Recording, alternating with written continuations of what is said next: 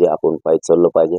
आपण खूप मोठ्या संख्येनं मुंबईला धडकलं पाहिजे शांततेत. म्हणजे आपल्या लेकरांना 100% न्याय मिळतो. सगळे कामं उरकायला सुरुवात केली. काहींनी ट्रॅक्टरांच्या तयाऱ्या सुरू केल्यात. आता माझ्या कानावरती येतंय काहींनी ट्रकच्या तयाऱ्या सुरू केल्यात. किंवा एकदाच इतक्या समुदायाला जीव कसं घालायचं म्हणजे प्रचंड मोठं ताण आहे डोक्यावर. तर आपणच आपलं करणार आहे. उदाहरणार्थ एखाद्या गावातून 50 पोरं आले. ते 50 जण त्यांचा ते स्वयंपाक करणार आणि ते जेवण. समाजही खूप ताकदीनं बाहेर निघणार आहे. घरी थांबत नाहीत लोक आता. कारण कोणावर भरोसाच नाही राहिला गोरगरीब मराठा समाजाला. त्यामुळे त्यांना एवढीच आशा आहे आता की आपले लेकरं मोठे होणार तर याच शेवटच्या लढ्यातून. आणि आपण सुद्धा आता घराघरातून 20 जानेवारीपासून पायी मुंबईकडे कूच केली पाहिजे. आपण पायी चाललं पाहिजे. आपण खूप मोठ्या संख्येनं मुंबईला धडकलं पाहिजे शांततेत. म्हणजे आपल्या लेकरांना 100% न्याय मिळतो. आणि आता न्याय घेतल्याशिवाय माघारी यायचंच नाही. या भूमिकेवर आता माझ्यासह माझा मराठा समाज गोरगरीब सगळा ठाम झालेला. लोकांनी सगळे कामं उरकायला सुरुवात केली. काहींनी ट्रॅक्टरांच्या तयाऱ्या सुरू केल्यात. आता माझ्या कानावरती येतंय काहींनी ट्रकच्या तयाऱ्या सुरू केल्यात. काहींनी जे काय आता वाहनं आहेत, वाहनाचे नाव सांगता येणार तितके लोक स्वतःच्या सोयीसाठी. कारण विषय असा आहे की जे एका गावातले लोक आहेत, उदाहरणार्थ अमुक किती आता आकडा नाही सांगता यायचा, पण ते लोक आहेत, त्यांची जेवणाची व्यवस्था ते सोबत घेणार आहेत आणि तेच करणार आहेत. म्हणजे कोणावर ताण पडणार नाही. ना जाणता येताना गावावर पडणार आहे, ना तिथं थांबल्यावर पडणार आहे. किंवा एकदाच इतक्या समुदायाला जीव कसं घालायचं म्हणजे प्रचंड मोठं ताण आहे डोक्यावर. तर आपणच आपलं करणार आहे. उदाहरणार्थ एखाद्या गावातून 50 पोरं आले. ते 50 जण त्यांचा ते स्वयंपाक करणार आणि ते जेवण. असंच प्रत्येक गावातलं आपण आपलं नियोजन करणार आहे. म्हणजे कुठं थांबलं की ते 50 जण आपले कोणी भाकरी बनवणार, कोणी भाजी बनवणार, कोणी असं करणार, ते करणार. एकमेकाला 50 जण मदत करणार. खाल्ले की आराम केला किंवा चालायला सुरुवात केली. असं प्रत्येक गावातलं आपण आपलं नियोजन सगळेजण करणार. आणि ती तयारी आता फुल होत आली. बघूयात. आम्ही तर आता सज्ज आहेत आणि 20ला निघणार.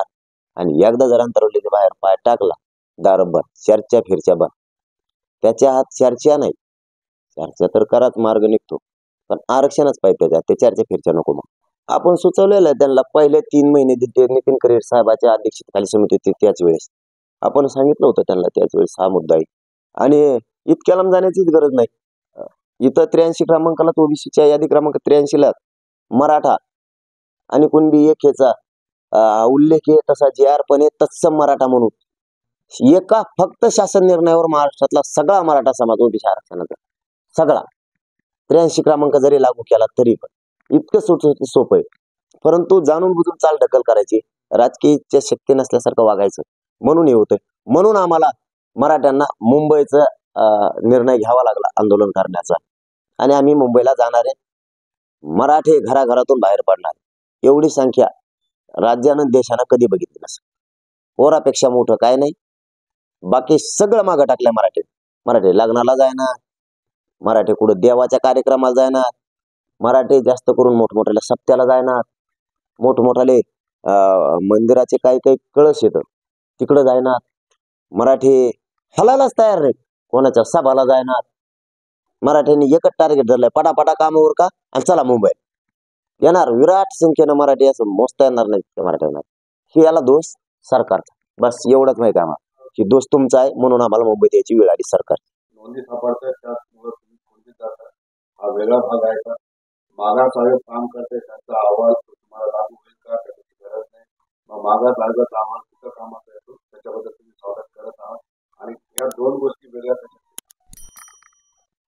मागास आता सिद्ध केल्याशिवाय जर सुप्रीम कोर्टाचं म्हणणं आहे किंवा त्यांचं जर माननीय न्यायालयाचं म्हणणं आहे की मागास सिद्ध करावं लागेल आणि गायकवाड कमिशनचा जो अहवाल आहे त्याच्या त्रुटी भरून काढाव्या लागतील, असं जर मान्य न्यायालयाचं म्हणणं असलं तर जस्टिस भोसले साहेबांच्या समितीनं काय त्रुटी भरून काढल्या हे बघावं लागेल.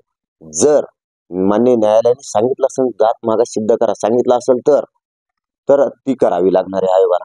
आणि आयोगाचं जर असं जाचक काय अटी असतील तर पुन्हा तेच पाडे होणार. त्यामुळं त्याला आमचा मग पहिल्यापासून जे आम्ही म्हणतोय की विरोध नाही आणि स्वीकारणार नाहीयेत असंही नाही, परंतु ते एनटी विजेंटी सारखं टिकणार का याच मुद्द्यावर ठाणे. टिकणार का? टिकणार असेल तर ते आम्ही मागही स्वीकारलेलं आहे, आता स्वीकारायला तयार आहे. कारण याच आंदोलनामुळे क्युरिटी पिटिशन दाखल झाली. याच मराठा समाजामुळं फक्त आणि फक्त मराठा समाज एकत्र आला म्हणून ती क्युरिटी पिटिशन सरकारनं दाखल केली. म्हणून आमचं म्हणणं आहे, ते टिकत असेल तर मराठ्यांचा फायद्याचं, नसेल तर त्या लफड्यात आम्हाला नकोच. आता तुमचा दुसरा मुद्दा आहे, आमची मागणीच ओबीसी आरक्षणातून. मराठा आणि कुणबी एकच आहेत. आमच्या नोंदी सापडल्या 54 लाख सापडल्या. त्यामुळे मराठा आणि कुणबी एक आहे. कायदा पारित करायला तुम्हाला आधार लागतो किती? जे आपलं मागं ठरलं होतं महाजन साहेबांसोबत, तो कायदा पारित करावा सरळ सरळ. मुंबईत येण्याची कुणाला हौसच नाहीये, पण तुम्ही प्रत्येक वेळेस जर गोड बोलून फसवणारच असाल तर मराठा मुंबईत येणार, 100% येणार.